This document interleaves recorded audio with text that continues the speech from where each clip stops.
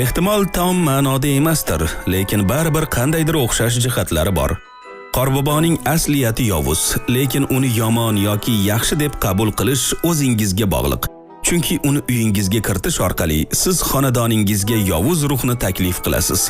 Hatto u siz yaxshi tanigan odam bo'lsa-da, Qorbobo niqobidagi odamni ko'rasiz va bilingki, bu uyingizda sehrli olamning mavjudligini his qiladigan ma'lum bir atmosferani yaratadi. Bu yaxshimi yoki yomon muhim emas, faqat buning sodir bo'lishi muhim. Bu bilan o'ynashish, olov bilan o'ynashgandek gap. Bir kun kelib, voqea qo'rqinchli tus oladi. Shuning uchun ruhlarni aldash, eski urf-odatlarga rioya qilish nafaqat shunchaki qiziqarli marosim, balki qo'shimcha himoya hamdir. Ammo siz hech qachon bilmaydigan narsa bor. Yuqorida aytilganlarning bari shunchaki afsona bo'lmasa-chi? Mana shu Qorbobo haqidagi